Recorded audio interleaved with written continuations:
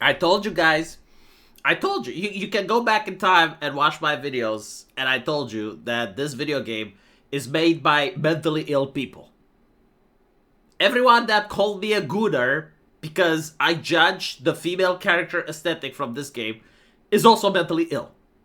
Like, there is absolutely no excuse that in 2025 you do not know how to spot pattern recognition and understand that the design of female characters is reflective of the mental illness of the people working in the industry. Like, you got a game, Ghost of Tsushima, right? And it's a phenomenal game. Like, for its time, it comes out, BTFOs, everything in its niche, everything in its genre. Much better than Assassin's Creed. So much better that Assassin's Creed actually tries to copy it. But anyway, it comes out and people judge it for cultural appropriation. Like, they actually mock it. And they make fun of it. They criticize it. Because at the presentation, if you remember, they had a white guy playing a Japanese instrument.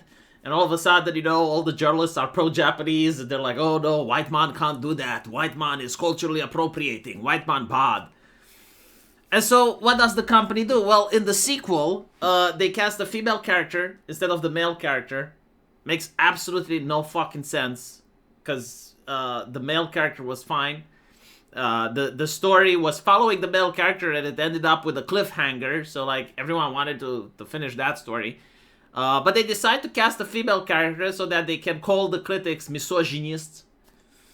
And the female character is also a hardcore far-left activist. And in the game, they tone down her appearance, make her look masculine. Give her that strong jawline, make her look like she's a transgender before transitioning. At the moment I saw that, like literally that moment, I said, this game is made by mentally ill people. If you buy this game, you're supporting mental illness. Like, you want the human race to have more mental illness rather than less. And people were like, "Oh, you're a misogynist. You're a misogynist. You're a goonier. Oh, you like to goon. You're like a straight man that likes to fap every other day." And I'm like, sure, buddy, whatever. It is what it is. Yeah, like this female character doesn't do it for me. They also put a mask on her. That's how ugly she looks. Just so you know, okay? Like, underneath this mask, she looks like a man. And that was my statement about the game. Turns out I was right, because this is one of the developers writing after the Charlie Kirk assassination. They say, "I hope the shooter name is Mario so that Luigi knows his bro got his back."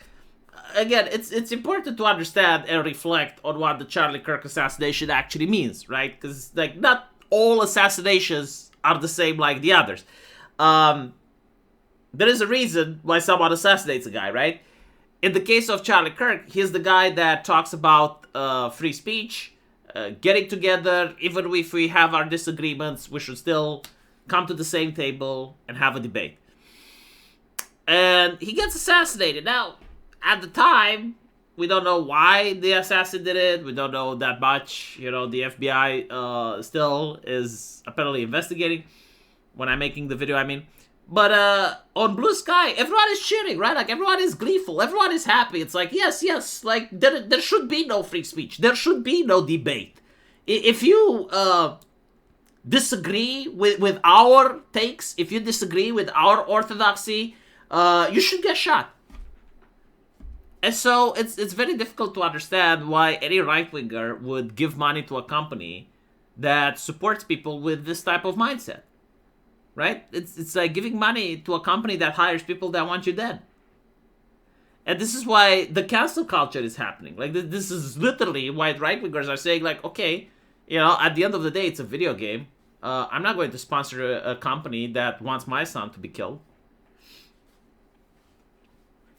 And they fired this person, right? They fired this person because they posted, "If standing up to fascism is what cost me my dream job I held for 10 years, I would do it again." Well, a lot of right-wingers are thinking, like, hold on a little bit. Who gets to label who is a fascist? And the answer is leftists do, right? So, like, left-leaning people get to label which person is a fascist so that that person can then get shot. I just want leftists to understand what is being implied here. All right? And so if you don't want to debate, if you don't want to talk, and you're basically saying that fascists should get the bullet, and everyone that disagrees with you, you get the right to label them a fascist, well, don't be surprised when people are just not going to do businesses with individuals that hire left-leaning people in their organization. Like, it's insane, right? So, anyway, the company fired this person, and the response from Blue Sky is to boycott. I'm not even making it up. See, this is why they failed to grasp the huge shitstorm that they have created. Because, like, try to see it from a right-winger point of view. If a right-winger believes that there are individuals on Blue Sky and on Reddit that want them dead, like, this is what right-wingers believe right now. Like, after the death of Charlie Kirk, and based on what he represented, every single person that glorifies or cheers for his death is basically saying that any right-winger holding Charlie Kirk's beliefs, which are very moderate, by the way, deserves to die. Like, that's pretty much the vibe that we're going with.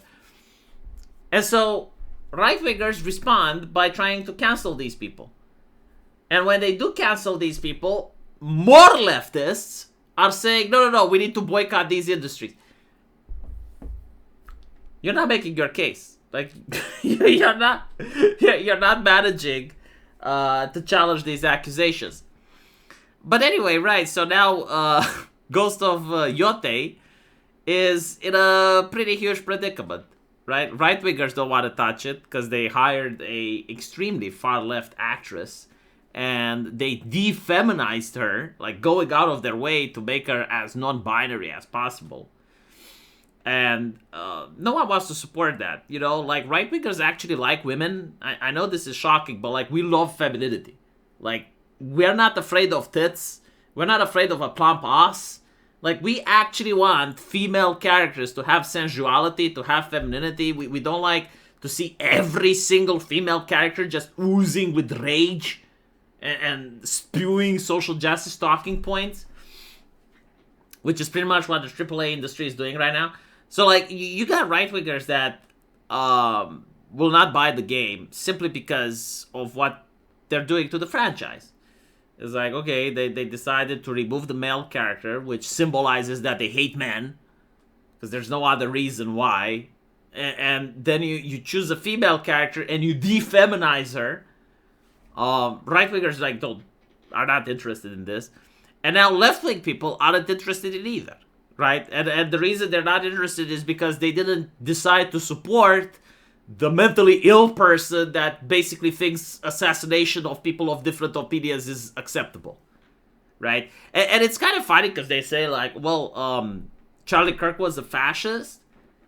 What is the exact reason why people dislike fascism? Like, what is the historical reason why fascism is bad? The main reason is the assassination of political opponents. So, like, you're fighting fascism by assassinating the political opponents. That's fucking insane, man. That's wild. I don't understand. That's kind of like saying freedom leads to tyranny, and so we're going to crack down on freedom in order to make sure that tyranny doesn't exist. Isn't that interesting? Right? Because, like, basically that's what free speech is, isn't it? It's freedom. The ability to freely speak. And they're basically saying, like, no, people shouldn't freely speak because free speech leads to tyranny. So if we manage to execute, to assassinate people that enjoy free speech, then we avoid tyranny. Yeah, I don't think this game is going to do pretty well. To be honest, most AAA games nowadays don't do pretty well. I am curious if the industry is ever going to recover. Very difficult, though, because there's a lot of terms of service right now. Like, there's a lot of video games that you're not allowed to make. And so it might take 5, maybe 10 years until companies make a good game. From my understanding, most investors are moving away from the video gaming industry, specifically because they have no more faith in it. We'll see what happens. Let me know what you guys think. And as usual, I will see you in the comment section. Take care.